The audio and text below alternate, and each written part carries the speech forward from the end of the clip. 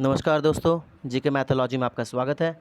मैं आज फिर हाज़िर हूँ 14 और 15 जून की करंट अफेयर्स को लेकर आपके सामने। उम्मीद करता हूँ आप लोग कुशल मंगल होंगे इस महामारी के बीच। मुझे पता है मैं क्षमा प्रार्थी हूँ कि मैं हर रोज़ की करंट अफेयर्स नहीं ला पा रहा हूँ अभी।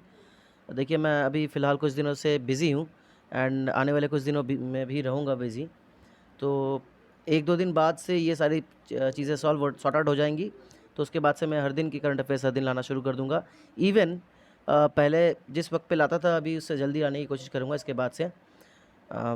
सो शुरू करते हैं। चलिए आज की करंट अफेयर्स को। और जैसे कि मैं हर बार बोलता हूँ, अगर मेरी वीडियोज़ आपको ज़्यादा हेल्पफुल लगती है, आपके कॉम्पिटिटिव एग्ज़ाम्स के पर्सपेक्टिव से, तो मेरी हौसला अफ़ज़ाई के लिए लाइक, शेयर एंड सब्सक्राइब कर दीजिएगा। एंड इवन मैं एक हिस्ट्री की क्लास भी लाने वाला हूँ। थोड़ी बड़ी हो रही थी वो, मतलब बहुत ज़्यादा बड़ी हो जा रही थी, बिकॉज़ मैंने ऑब्जेक्टिव टाइप क्वेश्चंस बनाए हैं। उसमें से जो ऑप्शंस हैं उनको भी मैंने एक्सप्लेन करने की कोशिश की है। तो वो भी एक आज या कल मैं अपलोड कर दूँगा मैं, ठीक है। वो मैं 2 पार्ट्स में अपलोड करूँगा क्योंकि बहुत बड़ा वीडियो बन गया है। ठीक है, चलिए शुरू करते हैं 14 और 15 की करंट अफेयर्स को। अभी हाल ही में यूएन सेक्रेटरी काउंसिल के जो सेक्रेटरी जनरल है एंटोनियो गुतेरस, जैसा कि आपको पता है, पोर्तुगल के हैं ये। उन्होंने अभी यूएनसीटीएडी, यहाँ पे ए मैंने मिस कर दिया है। यूएनसीटीएडी का फुल फॉर्म है UN commerce on trade and development. United Nations commerce on trade and development के नए सेक्रेटरी जनरल को चुन लिया गया है, जो कि बने हैं रेबेका ग्रिन्सपैन। इनके बारे में एक बात बता दूं मैं, अभी यूएनसीटीएडी को हेड करने वाले ये पहली महिलाएं हैं एंड इवन पहली सेंट्रल अमेरिकन है, ठीक है। ये कोस्टारिका की इकोनॉमिस्ट है। तो इनको चुना गया है अभी यूएनसीटीएडी का के सेक्रेटरी जनरल के रूप में रेबेका ग्रिन्सपैन। जैसा कि आप देख पा रहे हैं स्क्रीन पर, यह है इनकी तस्वीर, यह है रेबेका ग्रिन्सपैन। जैसे कि मैंने आपको बताया, यूएनसीटीएडी का फुल फॉर्म है United Nations commerce on trade and development. इसकी फाउंडेशन हुई थी 30 दिसंबर 1964। इसके हेडक्वार्टर्स है जेनेवा, स्विट्ज़रलैंड में। अब बात हो रही है यूएन सिक्योरिटी काउंसिल की, बिकॉज इन्हीं लोगों ने, यूएन सिक्योरिटी काउंसिल ने अपॉइंट किया है यूएनसीटीएडी के सेक्रेटरी जनरल को।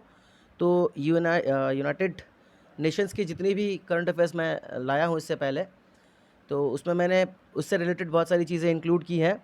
इस बार भी मैंने कुछ अलग लाने की कोशिश की है। जैसा कि हमको पता है, यूएन सिक्योरिटी काउंसिल के 5 परमानेंट मेंबर्स होते हैं, जिसको हम P5 के भी नाम से जानते हैं। साथ साथ बिग 5 भी कहा जाता है इनको, इवन परमानेंट 5 भी कहा जाता है। ये 5 परमानेंट देश है: China, Russia, UK, United kingdom, United states of America, US and France. ये 5 देश हैं: China, Russia, UK, US and France. ये यूएन सिक्योरिटी काउंसिल के परमानेंट मेंबर्स हैं।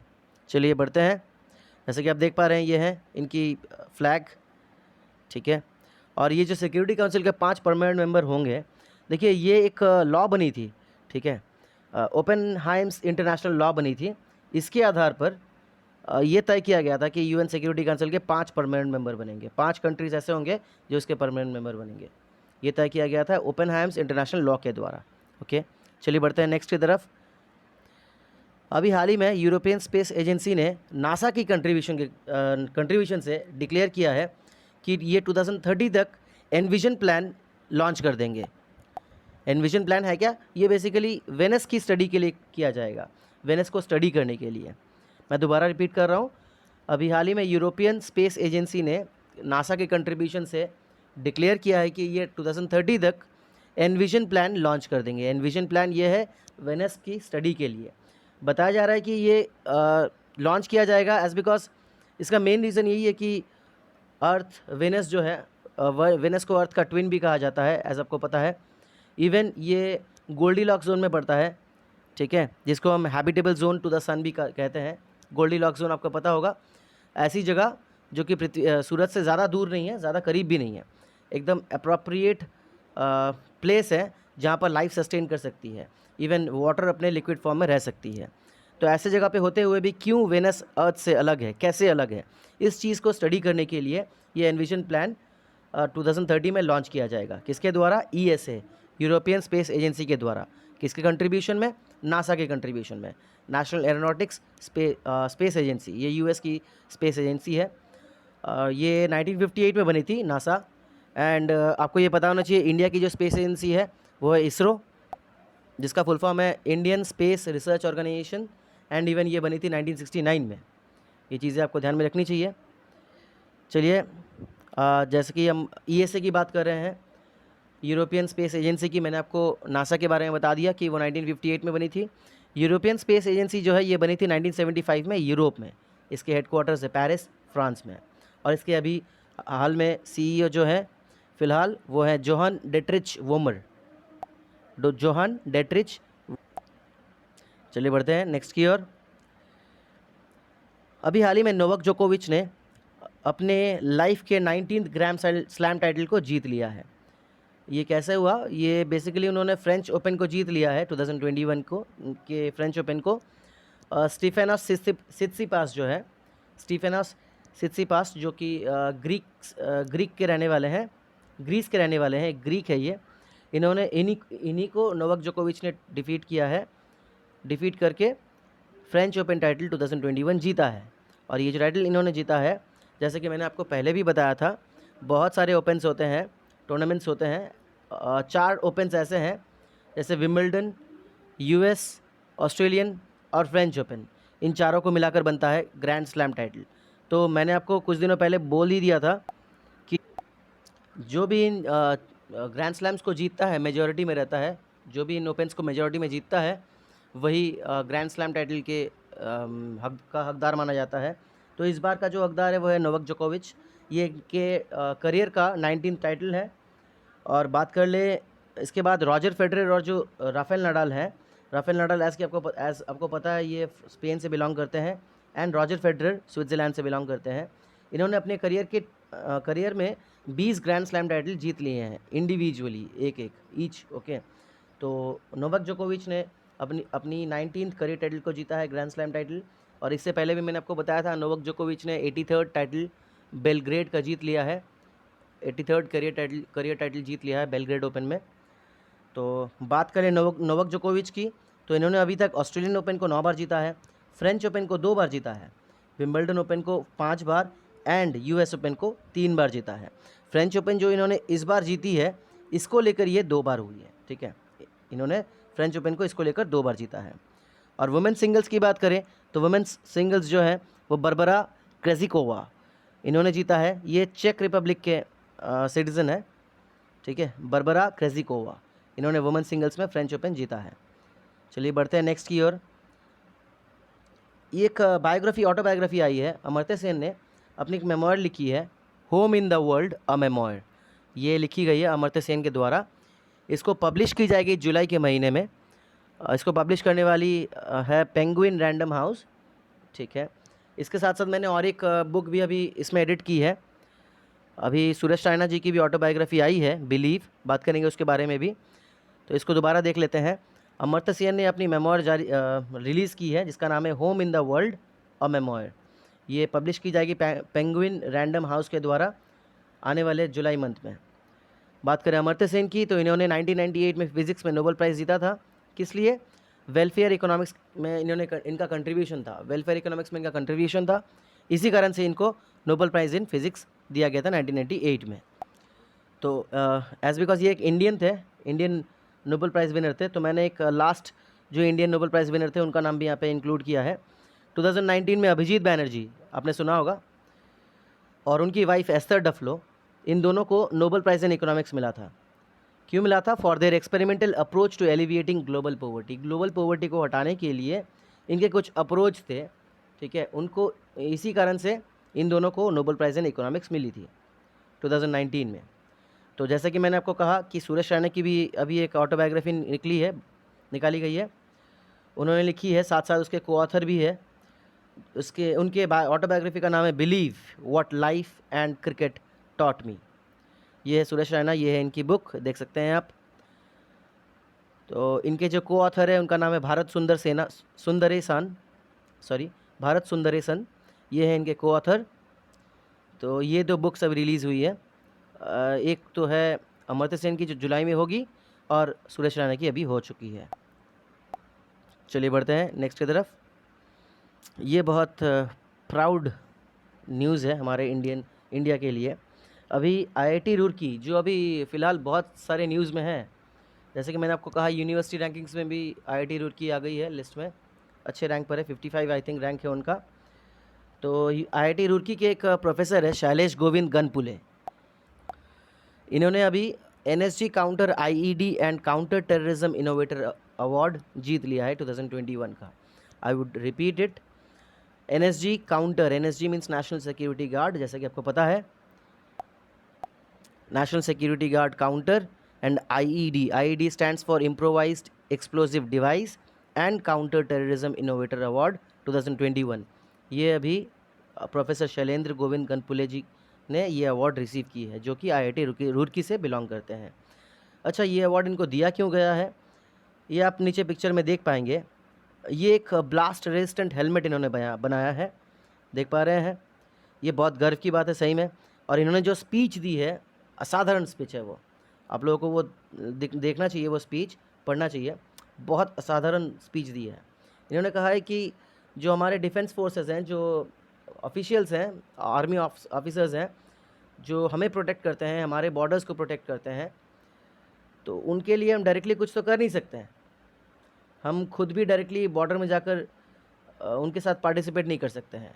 तो ऐसा कुछ क्यों ना करें जिससे कि उनको मदद मिल सके, वो हमारी हमको इतनी प्रोटेक्ट कर रहे हैं, हमारा प्रोटेक्शन कर रहे हैं, तो क्यों ना हम भी थोड़ा उनके बारे में सोचें।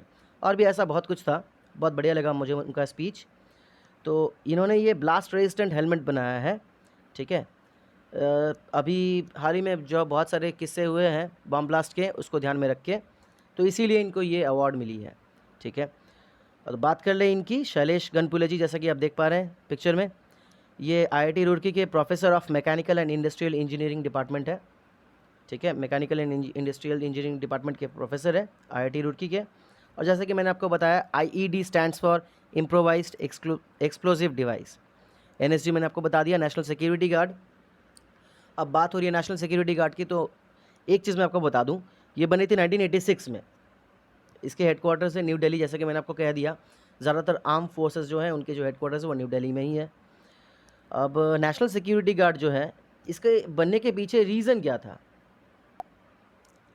तो इसके पीछे मेन रीज़न था, देखिए आपको याद होगा, ऑपरेशन ब्लू स्टार, जो गोल्डन टेम्पल अमृतसर अटैक हुआ था, अमृतसर में जो गोल्डन टेम्पल है वहाँ पे जो अटैक हुआ था, एंड उसके बाद हमारी जो प्राइम मिनिस्टर थी इंदिरा गांधी जी, उनका असैसिनेशन हुआ था उन्हीं के बॉडीगार्ड्स द्वारा, जिनका नाम, एक का नाम था सतवंत सिंह एंड और एक का नाम था बेअंत सिंह। इन दोनों ने उनको एसेसिनेट कर दिया था, ठीक है, उनका एसेसिनेशन किया था, और इसी कारण से बहुत ज़्यादा इंटरनल डिस्टर्बेंसेस क्रिएट हो गई थी, ठीक है। तो इसी कारण से NSG का फॉर्म किया गया था, नेशनल सिक्योरिटी गार्ड, इसको फॉर्म किया गया था। बताया जाता है कि वो सतवंत सिंह और जो बेअंत सिंह जो थे उनके बॉडीगार्ड, उन्होंने इंदिरा गांधी जी को इसीलिए मार डाला, हत्या कर दी उनकी इसीलिए, क्योंकि वो रिवेंज लेना चाहते थे जो मिलिट्री अटैक करवाए गए थे हरमिंदर साहिब में, अमृतसर के गोल्डन टेम्पल में, ठीक है। इसी के रिवेंज में इन्होंने इंदिरा गांधी जी का एसेसिनेशन कर दिया था। तो उनका एसेसिनेशन हुआ कब था, 31 अक्टूबर 1984 को उनका एसेसिनेशन हुआ था। मैंने टाइम भी इंक्लूड कर दिया है, सुबह 9:29 में, ठीक है। ये जो नाम आपको दिख रहे हैं, सतवंत सिंह और बेअंत सिंह, ये दोनों उनके बॉडीगार्ड थे, इन्हीं दोनों ने ही मिलकर एसेसिनेशन किया था उनका। और 31 अक्टूबर की बात हो रही है, तो मैं आपको बता दूं 31 अक्टूबर को वल्लभ भाई पटेल जी का, सरदार वल्लभ भाई पटेल जी का बर्थ एनिवर्सरी भी है, जिसको हम लोग नेशनल यूनिटी डे मनाते हैं, राष्ट्रीय एकता दिवस के रूप में हम मनाते हैं 31 अक्टूबर को। चलिए नेक्स्ट की तरफ बढ़ते हैं। ये न्यूज़ मुझे बहुत बहुत अच्छी लगी। IDFC फर्स्ट बैंक जो है, इन्होंने अभी एक प्रोग्राम लॉन्च किया है जिसका नाम दिया है कोविड रिलीफ घर घर राशन प्रोग्राम। तो मैं दोबारा रिपीट कर रहा हूँ, कोविड रिलीफ घर घर राशन प्रोग्राम, ये अभी IDFC फर्स्ट बैंक के द्वारा लॉन्च की गई है। अब ये बहुत सुंदर, मतलब बहुत अच्छा लगा मुझे ये ऐसा एक प्रोग्राम देखकर जो लॉन्च किया गया है। बताया जा रहा है जो IDFC फर्स्ट बैंक के एम्प्लॉयज़ हैं, वो अपने 1 महीने से 1 दिन के वेतन को इस प्रोग्राम के तहत लगा देंगे।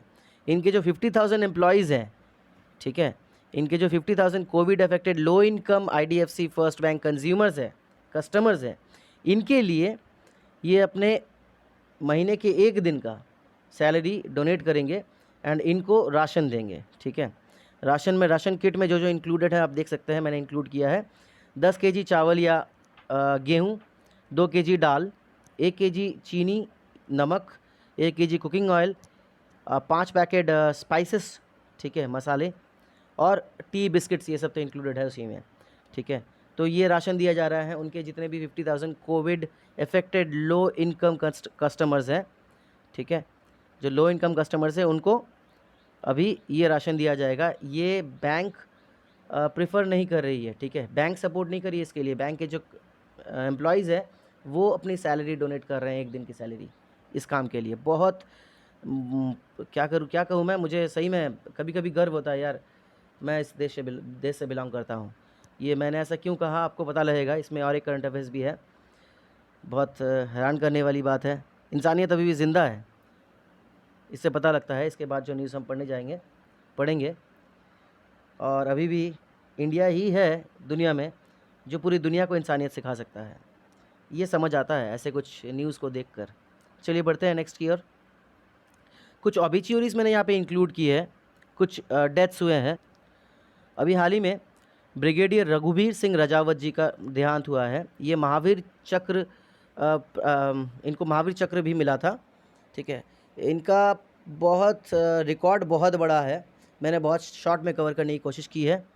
मैं बहुत हैरान भी हो गया था इतने रिकॉर्ड्स देखकर, ठीक है। ये जापान गए थे वर्ल्ड वॉर 2 के वक्त, ये जापान गए थे। इवन बर्मा कैंपेन में भी इन्होंने पार्टिसिपेट किया था। साथ साथ 1971 में बांग्लादेश लिबरेशन कैंपेन में भी इन्होंने इनकी पार्टिसिपेशन थी।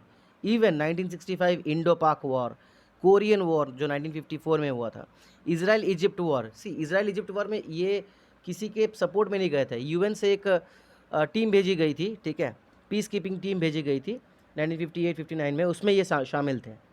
और साथ साथ 1971 इंडो पाक वॉर, इतने सारे वॉर्स में इनका इन्वॉल्वमेंट था, ठीक है। इन्होंने सही में hats off to this person, सही में ऐसे लोग इंडिया में थे, सही में बहुत अच्छा लगता है सुनकर।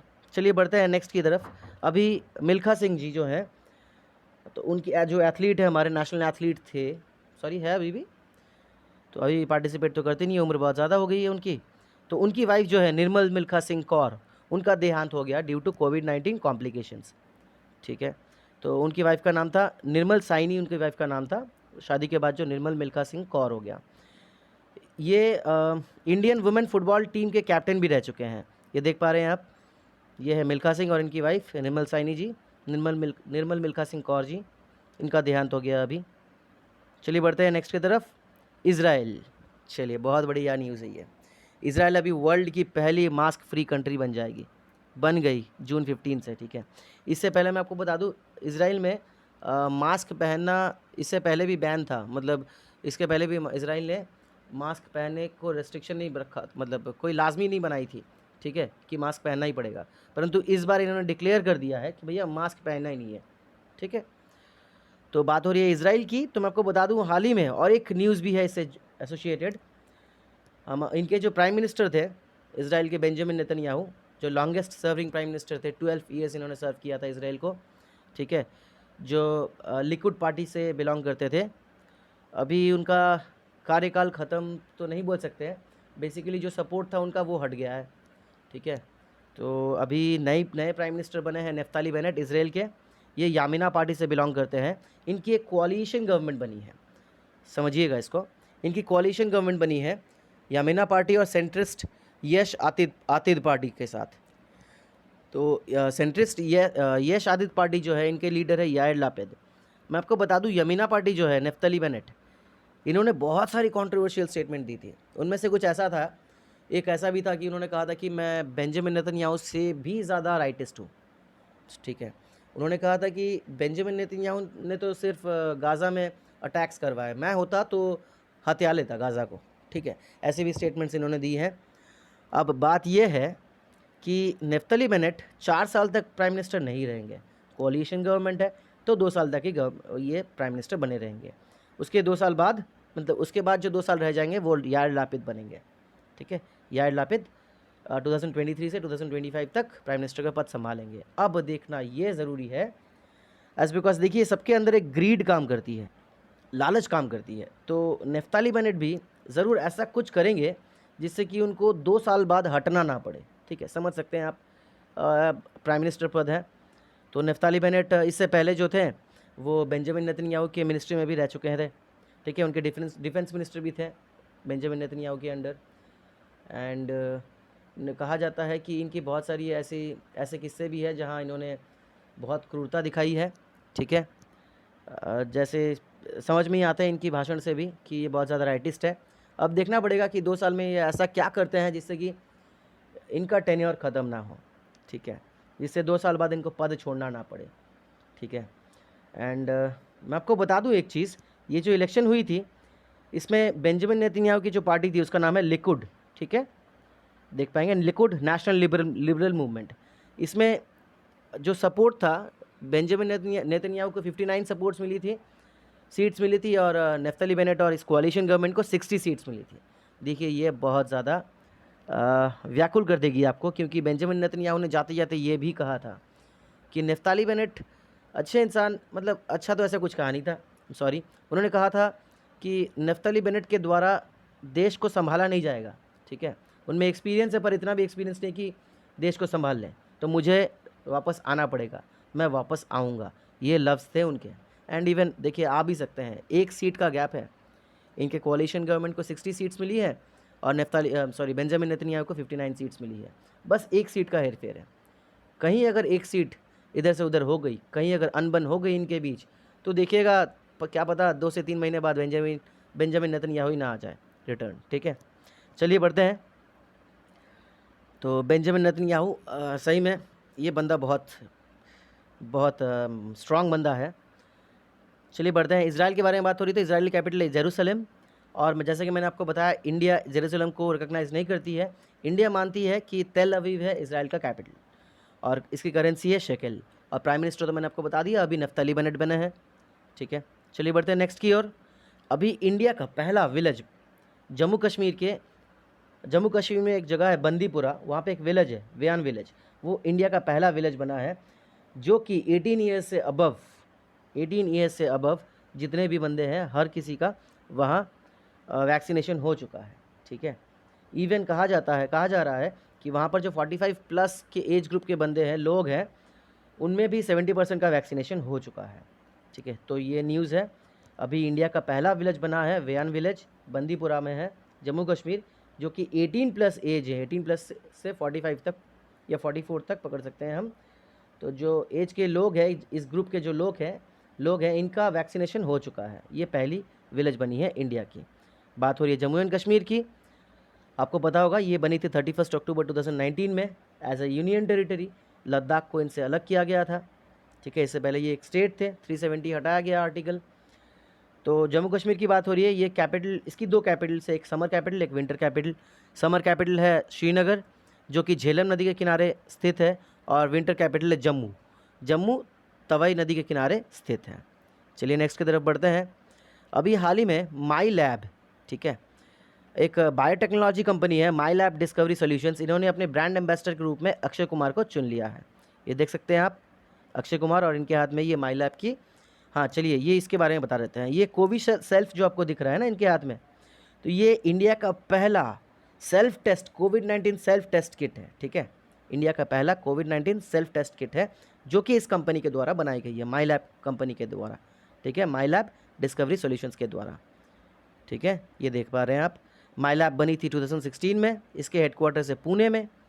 तो ब्रांड एम्बेसडर की बात हो रही है, तो मैंने कुछ ब्रांड एम्बेसडर्स यहाँ इंक्लूड किए हैं, जैसे world wild fund India environment, इसके ब्रांड एम्बेसडर बने हैं विश्वनाथ आनंद, और मिंत्रा, प्रिया गोल्ड जो है एक एफएमसीजी ब्रांड है, कोलगेट विजिबल वाइड, इनके brand ambassador Kiara Advani, Ubon and CEAT, इसके है राणा दग्गूबट्टी, आपको पता होगा बाहुबली के विलन है ये राणा दग्गूबट्टी, नाम मुझे याद नहीं है उनका कैरेक्टर क्या था वहाँ पे, भल्लाल देव था, याद आया।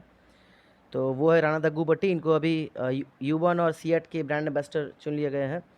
और इमामी के तो पहले से ही थे जूही चावला, एडिडास जो है उनके मानुषी चिल्लर बने हैं ब्रांड एम्बेसडर, और सिस्का ग्रुप के पहले थे इरफान खान, उसके बाद चुन लिया गया है राजकुमार राव को। अन अकेडमी के ब्रांड एम्बेसडर बने हैं सचिन तेंदुलकर, ये आपको जानना ज़रूरी है, Punjab anti corona virus vaccination programme, इसके जो ब्रांड एम्बेसडर बने हैं वो है सोनू सूद। और उसके बाद जो है one of the most important Namami Gange project, Namami Gange project, इसके जो ब्रांड एम्बेसडर बने हैं ये है चाचा चौधरी।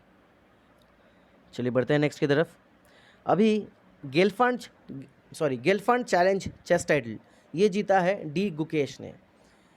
आपको मैं बता दूं, डी गुकेश जो है ये अभी इंडिया के यंगेस्ट ग्रैंड मास्टर है और वर्ल्ड के सेकंड यंगेस्ट ग्रैंड मास्टर हैं, डी गुकेश। ठीक है, अभी इनकी उम्र 15 साल है। इन्होंने अभी गेलफंड चैलेंज चेस टाइटल जीत लिया है। इनको $15,000 मिला है, ठीक है, अवार्ड के रूप में। एंड इवन एक वाइल्ड कार्ड एंट्री भी उनकी हो सकती है, ठीक है, elite melt waters champions tour में। ठीक है, elite melt waters champions tour में इनकी एक वाइल्ड कार्ड एंट्री भी हो सकती है। ठीक है, चलिए ये है डी गुकेश जी, जो कि अभी वर्ल्ड के सेकेंड यंगेस्ट ग्रैंड मास्टर है और इंडिया के यंगेस्ट ग्रैंड मास्टर हैं। ये ग्रैंड मास्टर बने थे 12 साल 7 महीने 17 दिन जब इनकी उम्र थी। ये देख पा रहे हैं आप, ये है डी गुकेश। और जो वर्ल्ड के यंगेस्ट हैं उनका नाम है सर्गी कारियाकिन। ठीक है, कैराकिन बोलते हैं, हम सॉरी, सर्गी कैराकिन है, ये रशिया के रहने वाले हैं। ये वर्ल्ड के यंगेस्ट ग्रैंड मास्टर हैं। ये बने थे 12 साल 7 महीने के वक्त। आप देख सकते हैं डिफरेंस बस 17 दिन का था। 17 दिन बाद ये ग्रैंड मास्टर बने थे, इसीलिए ये अभी वर्ल्ड के सेकंड है। और एक नाम आपको याद होना चाहिए, याद रखना चाहिए ग्रैंड, अगर चेस की बात हो रही है तो प्रज्ञानंद रमेश बाबू। ये इनसे पहले डी गुकेश से पहले ये इंडिया के ग्रैंड मास्टर थे, यंगेस्ट ग्रैंड मास्टर थे, जो कि 12 साल 10 महीने 13 दिन में ग्रैंड मास्टर बने थे। ठीक है, इनकी उम्र थी उस वक्त 12 साल 10 महीने 13 दिन, इस उम्र में वे ग्रैंड मास्टर बने थे। इनको प्राग नाम से भी हम जानते हैं। चलिए last but not the least news की तरफ बढ़ते हैं। ICC player of the month, मई मंथ के आईसीसी प्लेयर चुन लिए गए हैं। मई मंथ के लिए आईसीसी प्लेयर्स चुन लिए गए हैं, जो कि है मेन में है मुशफिकुर रहीम, बांग्लादेश से बिलोंग करते हैं, और स्कॉटलैंड से कैथरीन ब्राइस।